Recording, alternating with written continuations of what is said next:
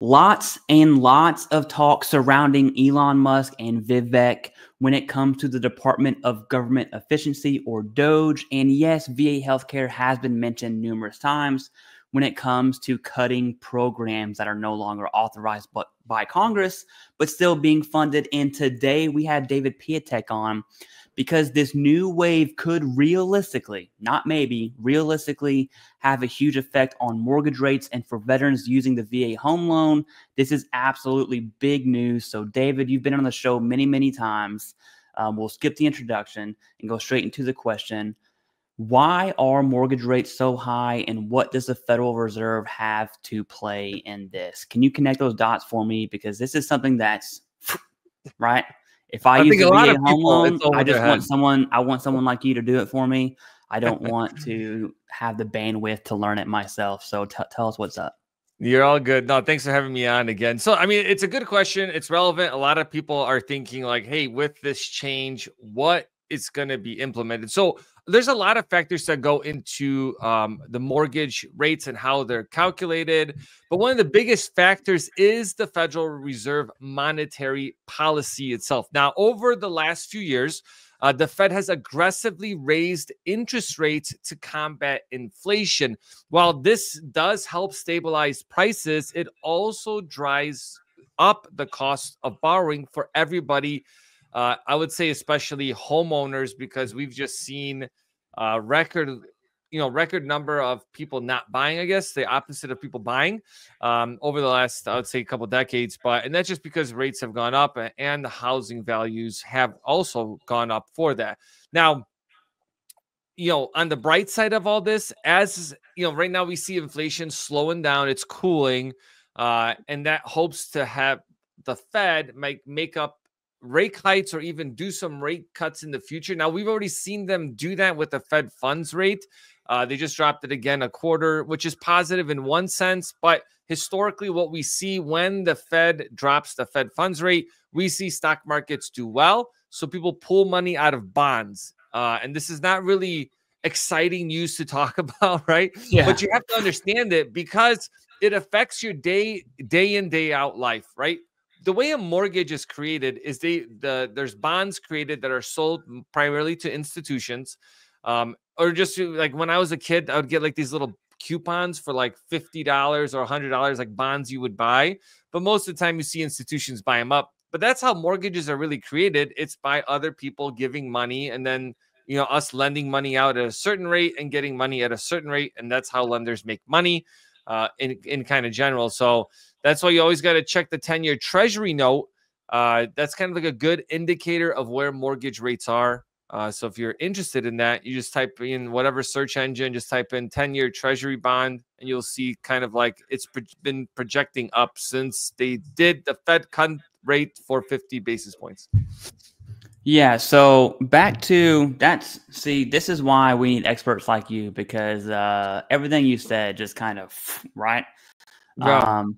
Back to the Department of Government Efficiency and looking at how the government spends money, right? Mm-hmm. What's the impact on the assumption is that's going to go down. So let's say government spending goes down. How is that going to impact mortgage rates? Is it going to be good? Yeah. Is it going to be bad? Should veterans who are looking to buy a home, is the next 4 years going to be good or bad? Is essentially what I'm trying to ask. Well, I'll say this: if I knew the answer 100%, I would be extremely wealthy, and all of us could be very wealthy. So I think there's a couple of things to this, right? So one is really government spending, the deficit, and the impact it has on rates, and then the other part's really like, should you wait or should you buy? And I'll kind of go over both of those. So, when you look at the federal deficit and its impact, it's critical and often overlooked factor for interest rates. So when the government runs a high deficit, it has to borrow more money to cover its spending, right?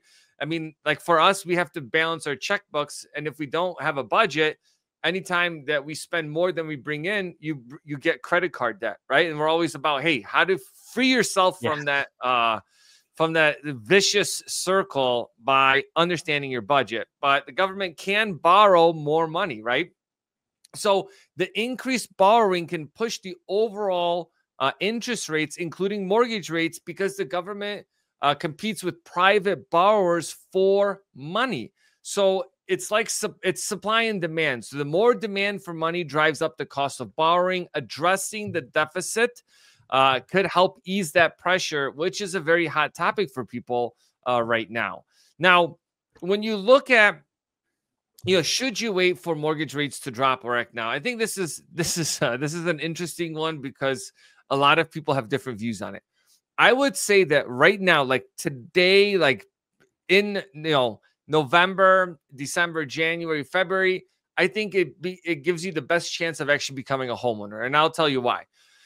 Yes, we have limited inventory. Yes, rates are a little bit higher, but a lot of people are waiting to buy until next year. So typically when we see the best deals right now, so if you really are in the housing market and you want to purchase a property and you have flexibility to do it in the next couple of months, I would say it's the best time. It's when I bought a house last year in December.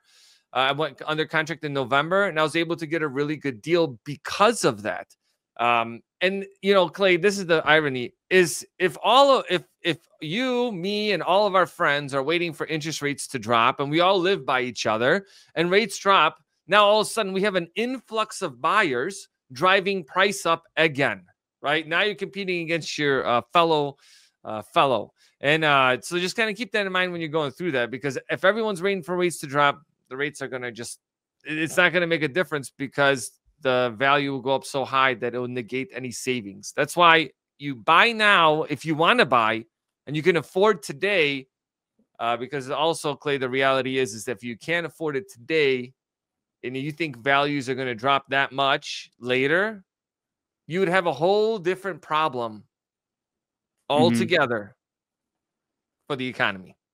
I'm glad you brought that. I'm going to ask you a question that's out of our scripted questions here, so I hope you're ready for it.